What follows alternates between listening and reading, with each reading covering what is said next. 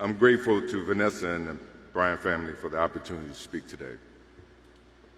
I'm grateful to be here to honor Gigi and celebrate the gift that Kobe gave us all.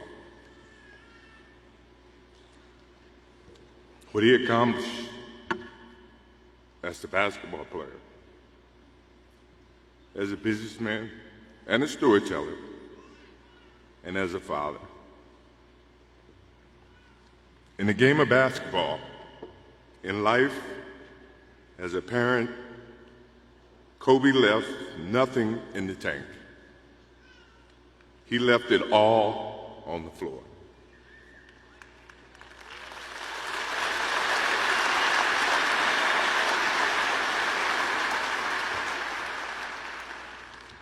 Maybe it surprised people that Kobe and I were very close friends, but we were very close friends. Kobe was my dear friend. He was like a little brother. Everyone always wanted to talk about the comparisons between he and I. I just wanted to talk about Kobe.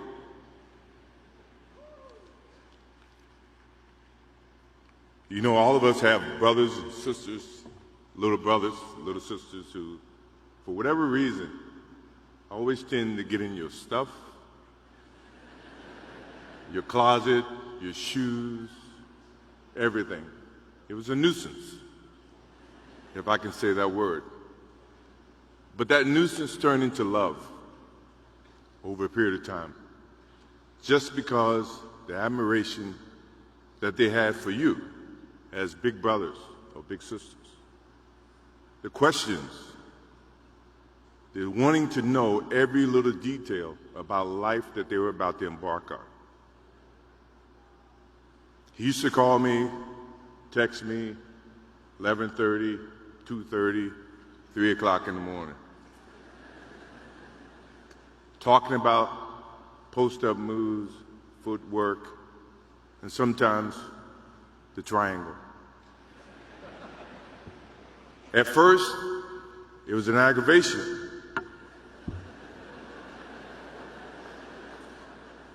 But then it turned into a certain passion. This kid had passion like you would never know. And it's an amazing thing about passion. If you love something, if you have a strong passion for something, you would go to the extreme to try to understand or try to get it. Either ice cream, Cokes, hamburgers, whatever you have a love for. If you have to walk, you would go get it. If you have to beg someone, you would go get it. What Kobe Bryant was to me was the inspiration that someone truly cared about the way I played the game or the way that he wanted to play the game. He wanted to be the best basketball player that he could be. And as I got to know him, I wanted to be the best big brother that I could be.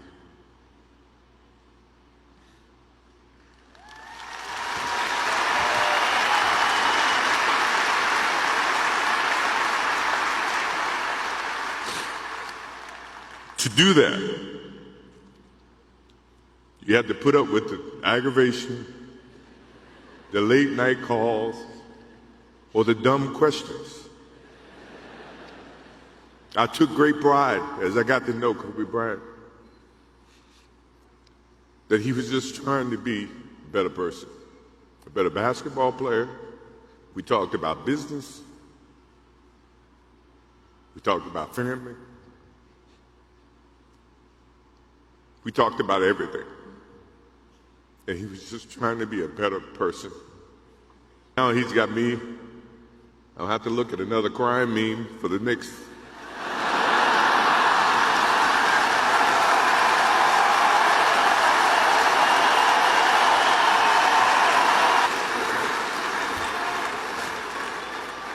I told my wife I wasn't going to do this because I didn't want to see that for the next 3 or 4 years. That is what Kobe Bryant does to me. I'm pretty sure Vanessa and his friends all can say the same thing. He knows how to get to you in a way that affects you personally, even though if he's being a pain in the ass. But you ever have a sense of love for him in the way that he can bring out the best in you. And he did that for me. I remember maybe a couple of months ago, he sends me a text. And he's saying, I'm trying to teach my daughter some moves. And I don't know what I was thinking or what I was working on. But what were you thinking about when you were as you were growing up, trying to work on your moves? I said, what age? He says, 12. I said, 12, I was trying to play baseball. He sends me a text back saying, laughing my ass off. And this was at 2 o'clock in the morning. But the thing about him was we could talk about anything that related to basketball, but we can talk about anything that related to life. And we, as we grow up in life, rarely have friends that we can have conversations like that. Well, it's even rare when you can grow up against adversaries and have conversations like that. I went and saw Phil Jackson in 1999 or maybe 2000. I don't know when Phil was here in LA. And I walk in and Kobe's sitting there. And the first thing, I'm in a suit. First thing Kobe said, did you bring your shoes?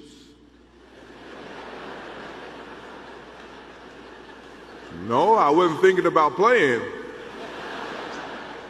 But his attitude to compete and play against someone he felt like he could enhance and improve his game with. To me, that's what I loved about the kid. Absolutely loved about the kid. No matter where he saw me, it was a challenge. And I admired him because his passion, you rarely see someone who's looking and trying to improve each and every day, not just in sports, but as a parent, as a husband. To Vanessa, Natalia, Bianca, Capri, my wife and I will keep you close in our hearts and our prayers. We will always be here for you, always. I also want to offer our condolences and support to all the families affected by this enormous tragedy. Kobe gave every last ounce of himself to whatever he was doing. After basketball, he showed a creative side to himself that I didn't think any of us knew he had. In retirement, he seemed so happy. He found new passions, and he continued to give back as a coach in his community.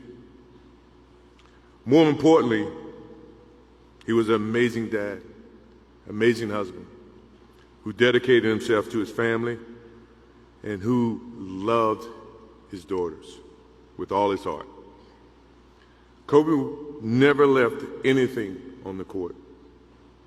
And I think that's what he would want for us to do. No one knows how much time we have.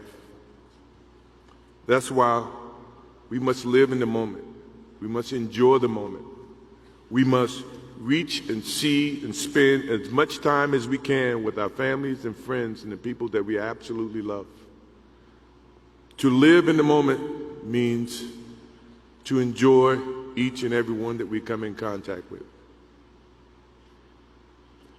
When Kobe Bryant died, a piece of me died. And as I look in this arena and across the globe, a piece of you died, or else you wouldn't be here. Those are the memories that we have to live with and we learn from. I promise you, from this day forward, I will live with the memories of knowing that I had a little brother that I tried to help in every way I could. Please rest in peace, little brother.